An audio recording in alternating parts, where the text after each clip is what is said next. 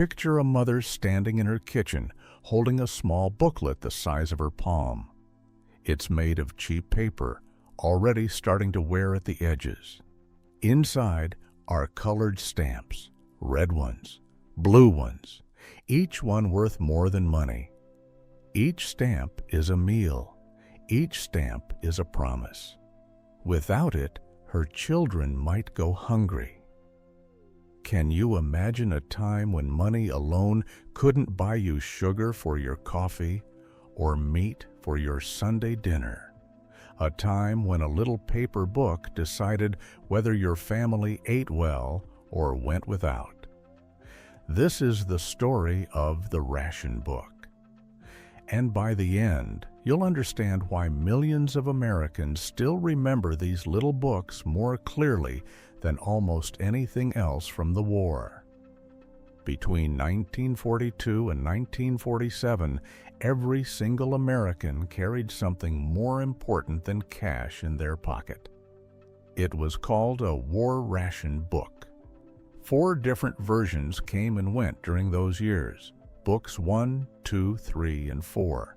They weren't fancy, just small paper booklets, fragile, easy to tear. But inside were stamps that controlled what you could eat, what you could wear, whether you could drive to work. The government called them fair. They said these books would make sure everyone got their share. Rich or poor, everyone would stand in the same lines. Everyone would go without together. That was the promise, anyway. For most families, these ration books became part of daily life. You kept them in a kitchen drawer, handled them carefully like precious documents, because, in a way, they were. Lose your ration book, and you might not eat. Tear the wrong stamp, and you'd made a mistake that couldn't be fixed. These little books held your family's fate between their cheap paper covers. And like so many promises made during wartime, the reality was more complicated than anyone said out loud. The story begins before Pearl Harbor, before America even entered the war.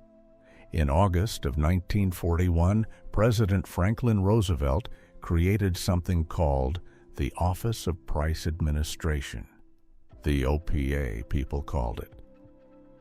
At first, it was small, just a man named Leon Henderson and 84 people working in government offices, trying to figure out how to keep prices stable if war came. Leon Henderson wasn't a general or a politician. He was an economist, a thoughtful man who believed in protecting ordinary people from being cheated. The newspapers called him the Price Czar, and he took the job seriously. He knew what was coming. He'd seen how the First World War had sent prices soaring, how the wealthy could buy whatever they wanted while working families suffered.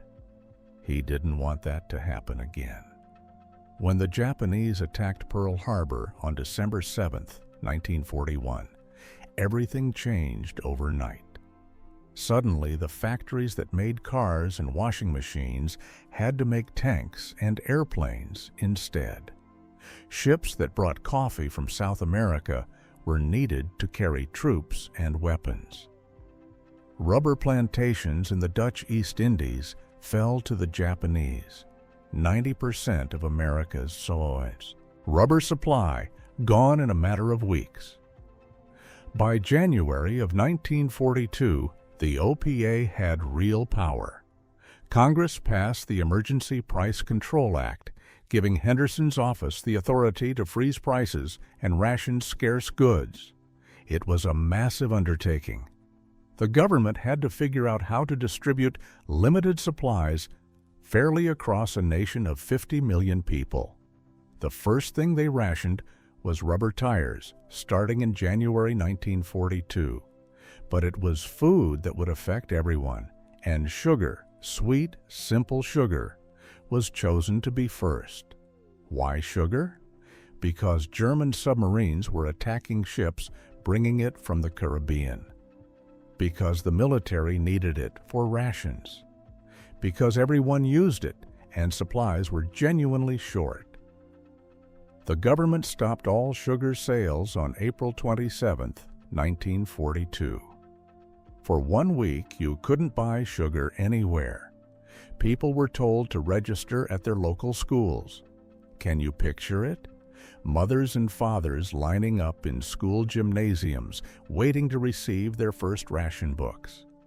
Teachers and PTA volunteers, more than 100,000 of them across the country, handed out the booklets. They called it War Ration Book Number 1. Most people just called it the Sugar Book. Each book had 28 stamps. Each person got one: babies, children, grandparents, everyone. The government asked a strange question when you registered. How much sugar do you have at home right now? If you admitted to having extra sugar, they tore out stamps from your book to account for it. The government was serious about preventing hoarding. Starting May 5, 1942, sugar was back in stores. But now you needed both money and a stamp to buy it. ½ pound per person per week. 8 ounces. For a family of 4, that was 2 pounds a week. Half of what they were used to. The system was new and confusing. The ration books changed every few months as new ones were issued. Book 2 came in January 1943. Book 3 in October 1943. Book 4 arrived by the end of that year. Each book had different colored stamps: red for meat and fats, blue for processed foods. Some stamps were worth points, and you had to keep track of how many points you had left. The newspapers published lists showing which stamps were good for what and when they expired.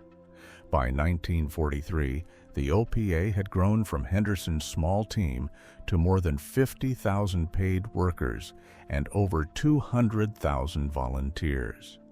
Local rationing boards sprang up in every community, eventually 8,000 of them across America.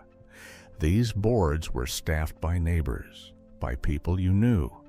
They decided who got extra gasoline rations for essential work. They listened to requests for additional food stamps. They tried as best they could to be fair. But fair is a complicated word when people are hungry. Let's follow a woman named Dorothy through a typical morning in 1943. She lives in a small house with her husband and 2 children. Her husband works at a factory making airplane parts. It's early, still, dark outside, and Dorothy is already thinking about the week ahead.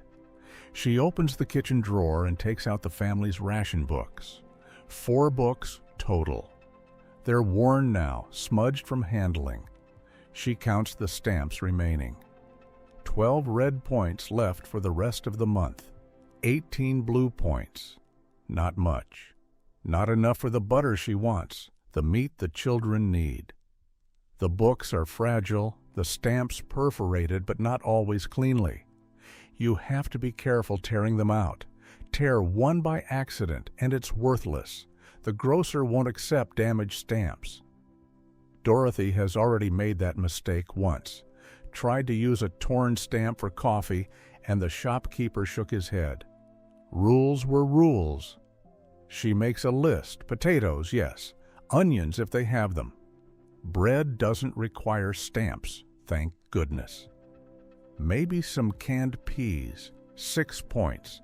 A small piece of beef for Sunday dinner if the butcher has any. 7 points per pound. She'll need to stand in line early. The people who come first get the best cuts. The ones who arrive late sometimes find empty cases. Her daughter Annie comes into the kitchen rubbing sleep from her eyes. She's 8 years old and already knows what the ration books mean. All the children do. They hear their mothers talking, see the worry in their faces when the stamps run out before the month ends. At the grocery store an hour later, Dorothy joins the line. There are already 15 women ahead of her. Some have been waiting since the store opened. They talk quietly among themselves, sharing rumors. Someone heard the butcher got a shipment of pork chops. Someone else says there's coffee at the drugstore on Main Street, but you have to get there before 10. When it's finally Dorothy's turn, she hands over her list and her ration book. The grocer, Mr. Patterson, is a kind man, but he's tired. He's been dealing with angry customers all week, people demanding things he doesn't have. He looks at Dorothy's stamps, tears them out carefully. They have to be torn by the merchant, not the customer, to prevent fraud. He weighs the meat, calculates the points. 7 red points for just over a pound. Dorothy winces. That'll feed them 1 meal, maybe 2 if she's careful. But she nods. Mr. Patterson wraps the meat in brown paper and places it in her basket. He gives her change, tiny wooden tokens, red and blue, because you need change for ration points just like you need change for money. The tokens are thin, compressed wood fiber, each one about the size of a dime. Metal is too precious for such things now. Walking home, Dorothy thinks about dinner. She'll stretch the meat into a stew, add lots of potatoes and carrots. No butter on the bread. They're saving their fat stamps for next week. Margarine instead, even though the children complain. She thinks about her own mother, who never had to stand in lines like this, never had to budget stamps like pennies. At night, after the children are asleep, Dorothy and her husband sit at the kitchen table with the newspaper. There's a list printed on page 3, which stamps are valid this week, which ones expire tomorrow, what each item costs in points. The list changes constantly. Last week, canned corn was 4 points. This week it's 5. You have to stay current, or risk losing out. Her husband sighs. At least we're not over there, he says quietly, thinking of his brother in Europe, fighting in France. At least we're home. Dorothy nods. She knows he's right. But knowing doesn't make the hunger in their children's bellies any easier. Knowing doesn't make the stamps stretch any further. This was daily life for millions. The careful counting, the constant planning, the knowledge that one mistake, one lost book, one wrong stamp could mean going without. Women became experts at budgeting points the way their mothers had budgeted pennies. They traded recipes that used less sugar, less meat, less sweat. They learned to make coffee last by reusing the grounds. They baked with corn syrup instead of sugar. They drew seams on their legs with eyebrow pencil when nylon stockings disappeared. And every month they opened that kitchen drawer and counted the stamps that remained, hoping there would be enough. Hoping they'd done the math right. Hoping the store would still have food when their turn came. But not everyone stood in the same lines. Not everyone went without. That's the part they didn't talk about much during the war. The part that made ordinary people angry, though they tried not to show it. There were rules, yes. Everyone got the same number of stamps. Rich and poor, everyone was supposed to sacrifice equally. But money still bought things that stamps couldn't. Money bought access. Money bought favors. Money bought ways around the rules. Take gasoline, for instance.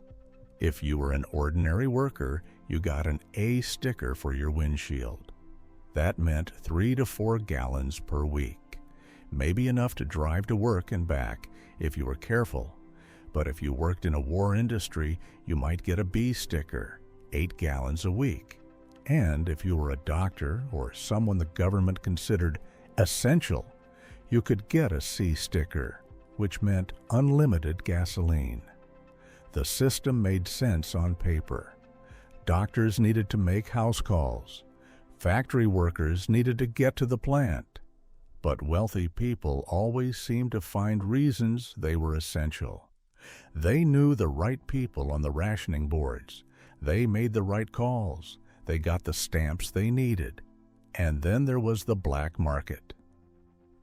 It grew like weeds in an abandoned lot, quick and everywhere, and impossible to control completely.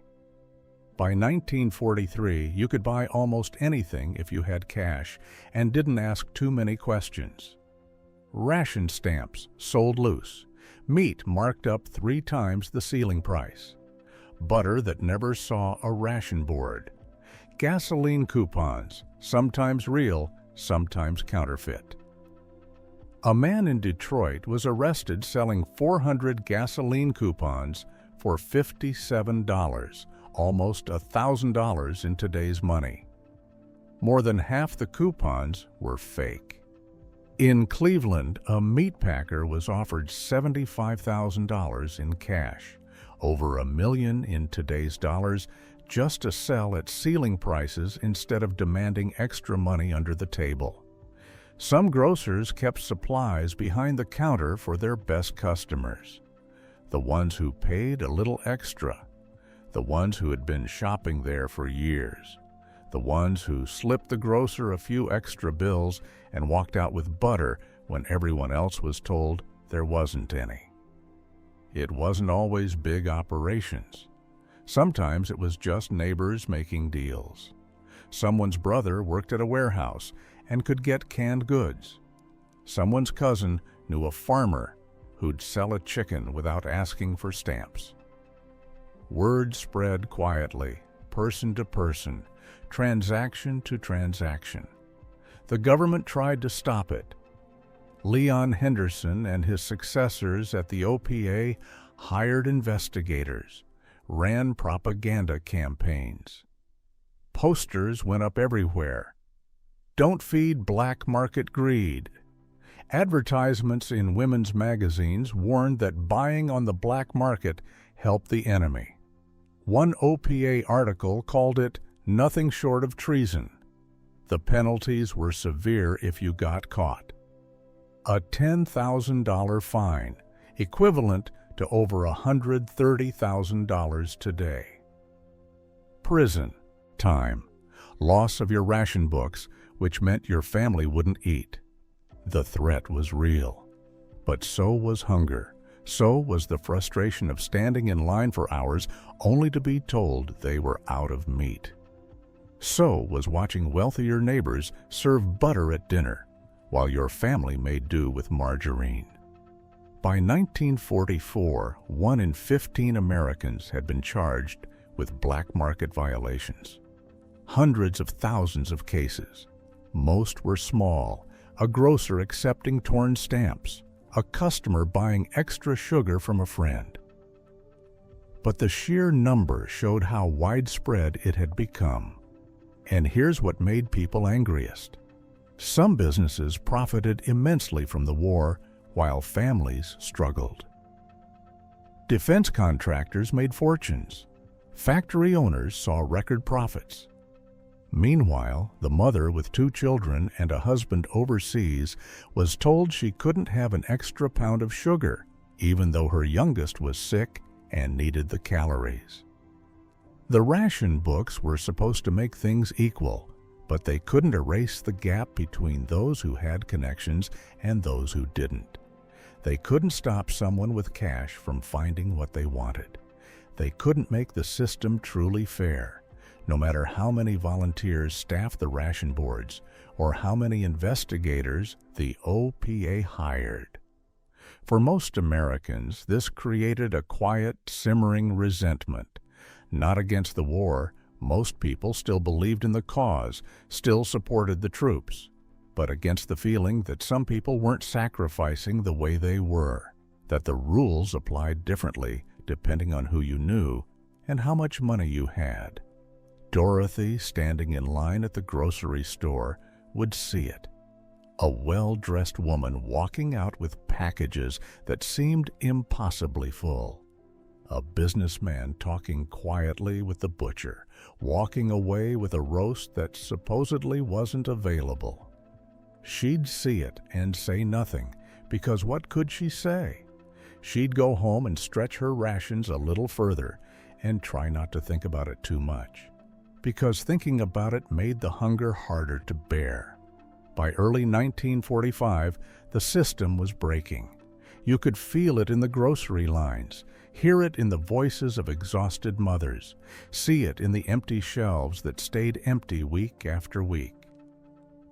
The war was ending in Europe. Everyone knew it. The news from France and Germany was good. The Allies were winning, pushing the Nazi army back. But instead of things getting easier at home, they got harder, much harder.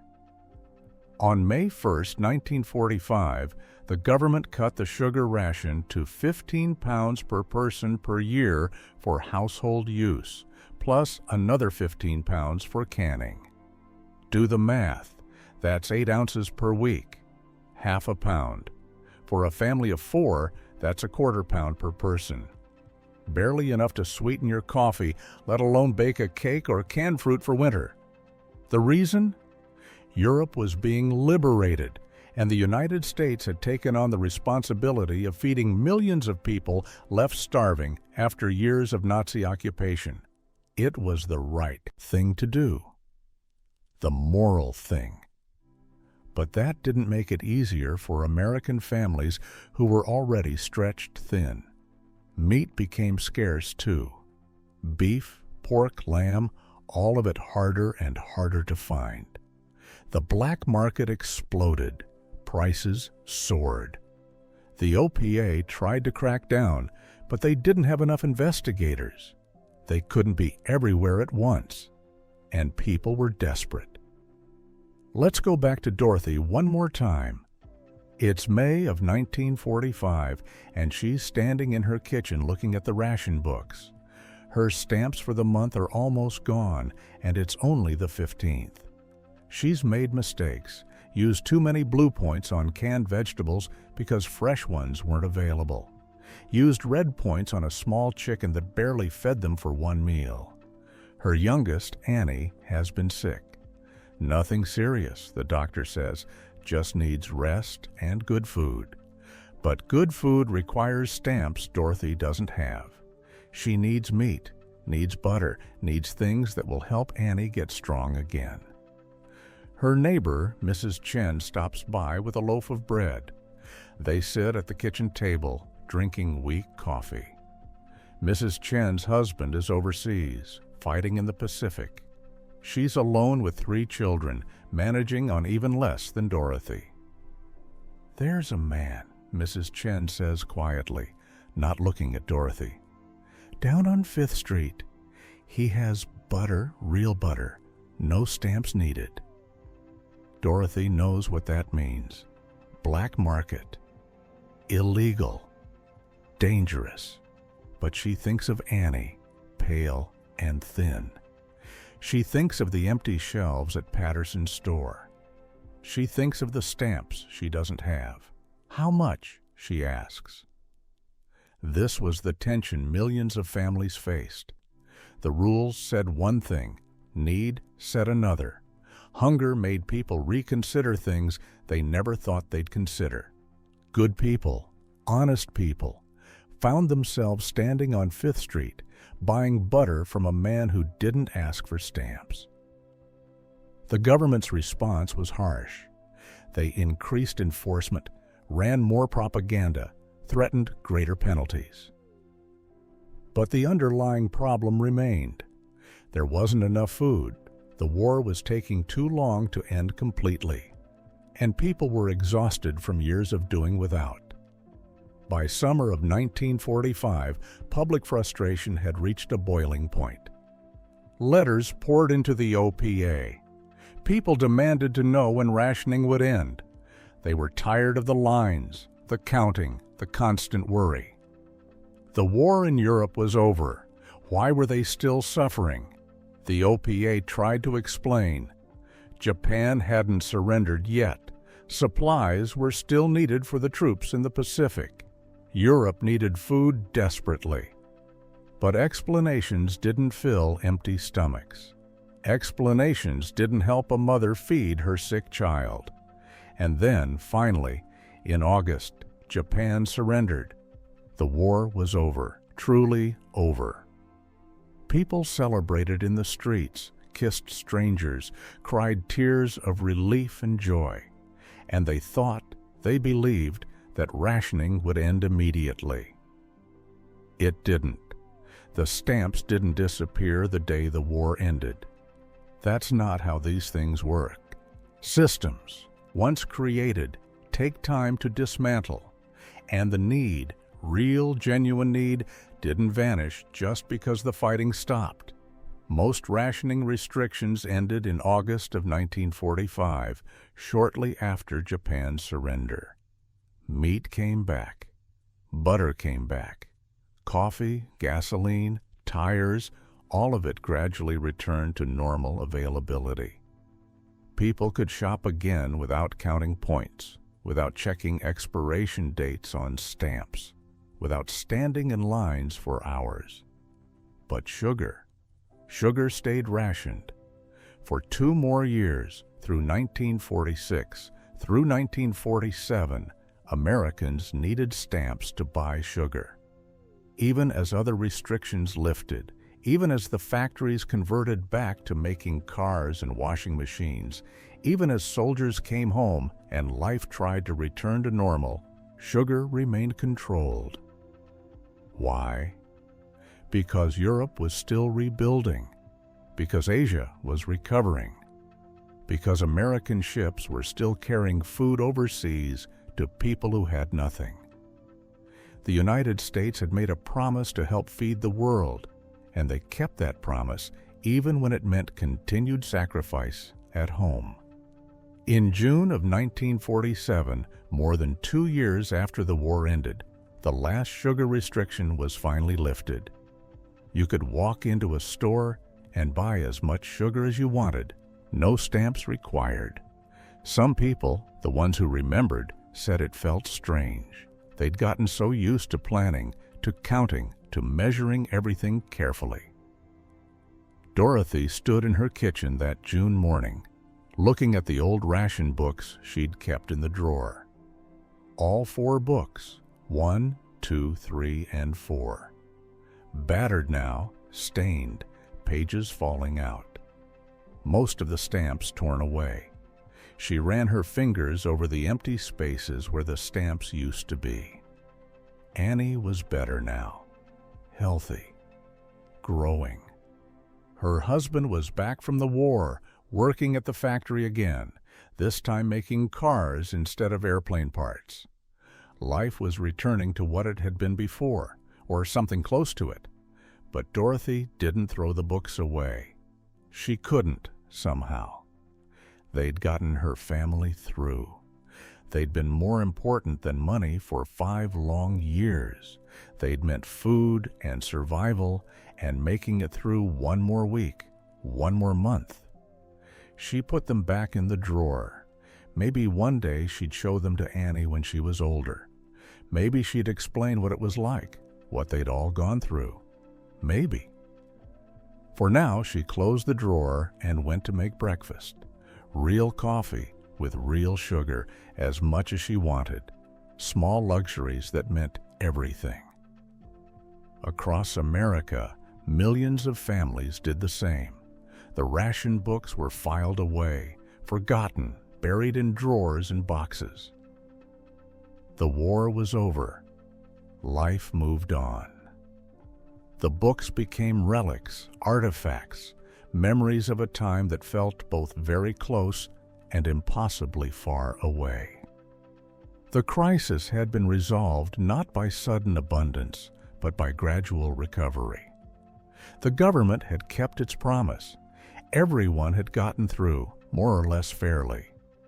The system had worked, despite its flaws, despite the black markets, despite the inequality that had never been fully addressed. And if Dorothy sometimes looked at the butter in her refrigerator with something like wonder, Well, no one had to know that but her. The ration books themselves didn't last long after they stopped being used. Most families threw them away. Why keep old stamps you'd never need again? Why hold on to reminders of hard times? The books were cheap paper, already falling apart. Many got tossed in trash bins, burned in stoves, used as scrap paper. But some people couldn't bring themselves to discard them. They tucked the books into dresser drawers, into boxes in attics, into family Bibles. They saved them the way you save photographs, not because you need them, but because they held memory in their worn pages. Today, if you're lucky, you might find them in antique stores or estate sales. War Ration Book Number 4 with its blue and green pages. Book 3 with its red stamps. These fragile artifacts sell for a few dollars, sometimes more if they're complete and well preserved. Collectors buy them. Museums display them. Historians study them. But their real value isn't measured in money. It's measured in memory, in what they represent, in the stories they tell about an entire generation that learned to do without. The ration book system changed how Americans thought about food, about fairness, about what it means to sacrifice for a common cause. For many who lived through it, these lessons lasted long after the books were put away. Older Americans today, those in their late 80s, their 90s, those lucky enough to still be here, often remember the ration books more vividly than almost anything else from the war. Ask them about World War II, and they'll tell you about the stamps, the lines, the careful counting, the way their mothers made meals stretch, the taste of margarine instead of butter, the memory of standing in a school gymnasium, receiving that first book, knowing life was about to change. Some of them still have trouble wasting food. They save leftovers, use every scrap, feel uncomfortable throwing anything away. Old habits, learned young, die hard. The books influenced how the government thought about crisis management too. The idea that you could manage scarcity through rationing, that you could make sure everyone got their share. These concepts didn't end with the war. They came up again during the oil crises of the 1970s. They're discussed today when economists talk about shortages and distribution. But perhaps the most important legacy is simpler than any policy or system. It's the memory of a time when Americans were asked to sacrifice, and most of them did. When having money wasn't enough, you needed stamps too, and everyone got the same number. When fairness, however imperfect, was at least the goal. The ration books represented both the best and worst of that time. The best, a genuine effort to be fair, to make sure no one was left behind, to spread the burden equally. The worst, the inequality that persisted anyway. The black markets, the way some people always seemed to have more, while others went without. They were symbols of unity and division both. Of sacrifice and selfishness, of a nation trying to be fair while fighting for survival. Today, those old books, fragile and fading, sit in museum displays behind glass. Next to them are explanatory placards telling visitors what they were, how they worked, what they meant. Young people look at them and try to imagine. Stamps for food, lines at grocery stores, not being able to buy what you wanted. It seems strange now, almost unthinkable. But for the generation that lived it, it was simply life. The reality you woke up to every morning, the challenge you faced every day. And they got through it. One stamp at a time, one meal at a time, 1 week at a time, until finally, eventually, the stamps weren't needed anymore, and the books could be put away. But the memory stayed. There's something about holding an old ration book in your hands. The paper is rough, yellowed with age. The stamps that remain are faded. Red turned to pink, blue softened to gray. You can see where fingers handled it, where stamps were carefully torn out, where someone wrote their name in neat, fading ink. This wasn't just a booklet. It was survival. It was family. It was making it through one more month when you didn't think you could. It was mothers staying up late, figuring out how to stretch points. It was children learning to go without. It was an entire nation sharing the burden, or trying to. The war asked different things from different people. Some gave their lives on distant battlefields. Some worked in factories building the tools of war.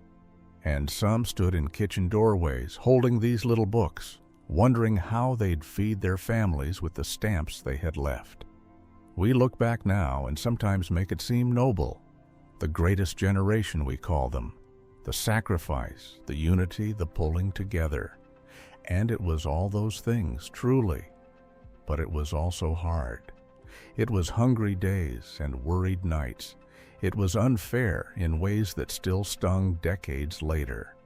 It was exhaustion and frustration, and wondering when it would end. The ration books remind us that war touches everyone, even those who never see combat, even those who stay home. War reaches into kitchen drawers and grocery stores and Sunday dinners. It changes what's normal, what's possible, what's fair. But they also remind us that ordinary people are capable of extraordinary endurance. That when asked to sacrifice, most people will. That families find ways to survive even when the world turns upside down.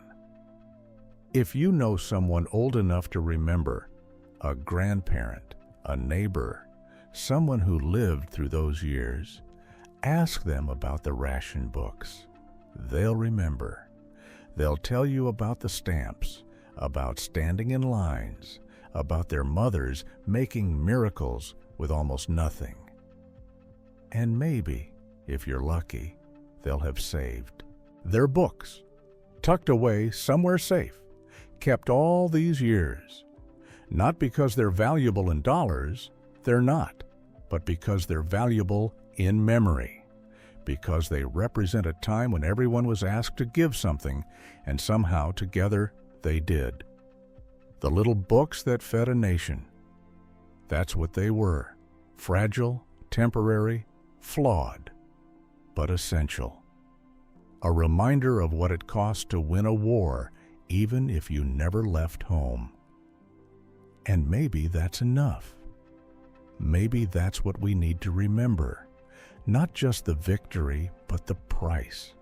Not just the heroes overseas, but the ones in kitchen doorways, holding worn paper booklets, trying to make it through another week. They made it, all of them, one stamp at a time. And we're here because they did.